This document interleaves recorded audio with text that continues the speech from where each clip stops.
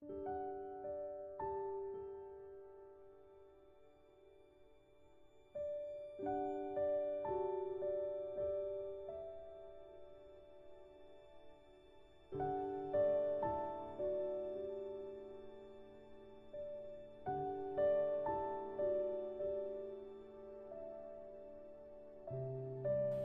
dan Repa.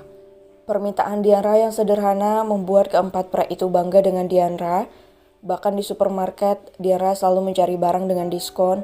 Alasannya tentu untuk penghematan, padahal dia tidak tahu seberapa besar kekayaan para pria yang tinggal serumah dengannya itu. Bahkan identitas asli mereka berempat saja belum terkuak sepenuhnya. Rahasia yang mereka simpan masing-masing tentang diri mereka masih menjadi misteri. Dianra berpisah dengan yang lain. Dia berjalan ke sana kemari mencari buah, sayuran dan lauk yang dia inginkan. Tentu saja dengan mata alangnya dia mampu menemukan barang dengan diskon besar tetapi kualitasnya tetap bagus. David dan yang lainnya juga memilih apa saja yang mereka ingin olah, tentu tidak berlebihan dan masih dalam taraf normal. "Kak David," teriak seseorang dari ujung rak barang. Mendengar suara melengking itu membuat para pria menoleh ke arah asal suara.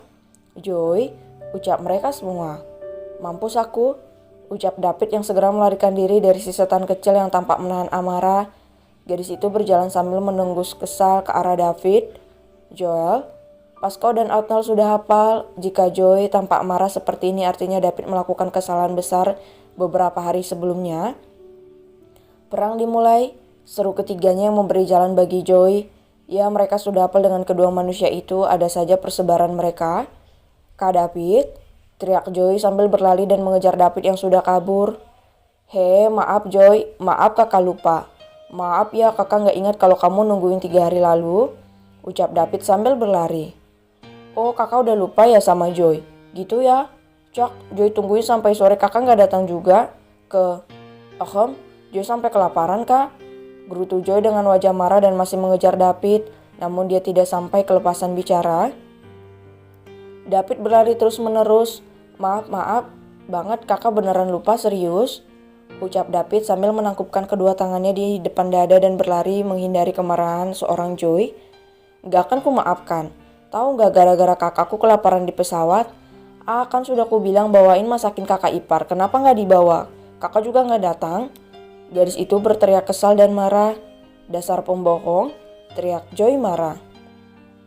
David terus berlari menghindari Joy, sedangkan Pasco, Otnel, dan Joel asik jadi penonton. Jika di rumah genre romansa, maka di mall genre thriller. Lain halnya dengan Dianra, wanita itu asik memilih buah-buahan segar di penjualan buah.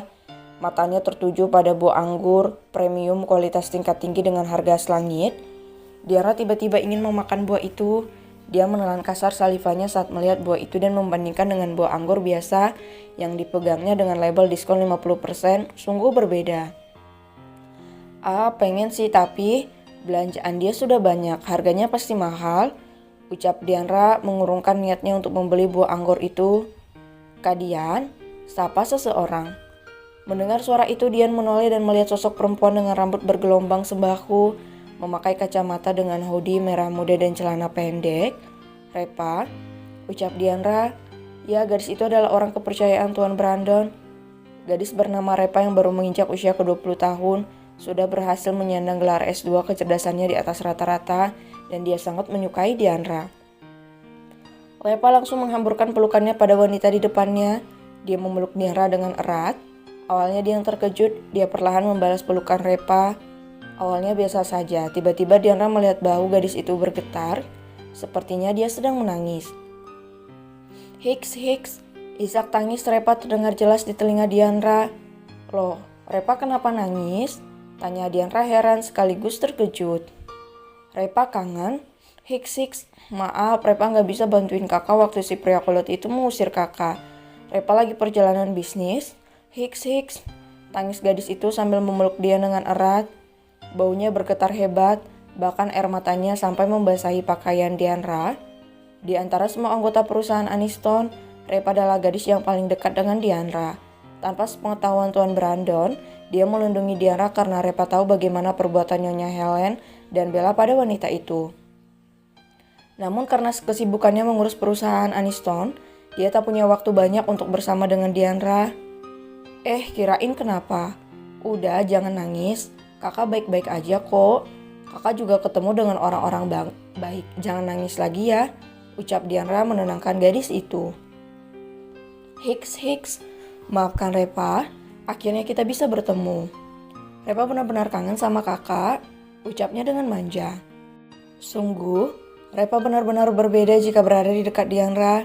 Dia akan berubah menjadi gadis cengeng yang manja, sedangkan di hadapan orang lain, dia akan berubah jadi mak lampir, paling menyebalkan, bahkan julukan di kantor adalah penyihir kejam berkedok gadis imut. Udah gak apa-apa, kamu apa kabar? Sehat kan? Gimana pekerjaan kamu? Semuanya baik-baik saja kan? Tanya Diandra sambil mengusap wajah Repa yang basah karena menangis. Semuanya baik kak, kirain kakak akan tanyain keadaan keluarga busuk itu. Ucap Repa yang bergelayut manja seperti anak kecil di depan Diandra. Jujur saja penampilan gadis itu benar-benar cupu ketika di luar kantor. Dia mengucir dua rambut pendeknya ke atas, memakai kacamata dan hoodie bukan sebagai Repa si jenius dari Aniston. Ngapain kakak nanyain mereka? Gak penting tahu, ucap Diandra.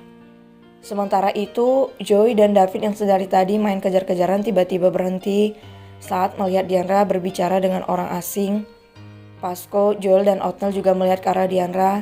Mereka tidak tahu siapa gadis yang penampilannya seperti anak TK itu. Yang pasti mereka akan berjaga-jaga kalau sampai dia membahayakan Diandra.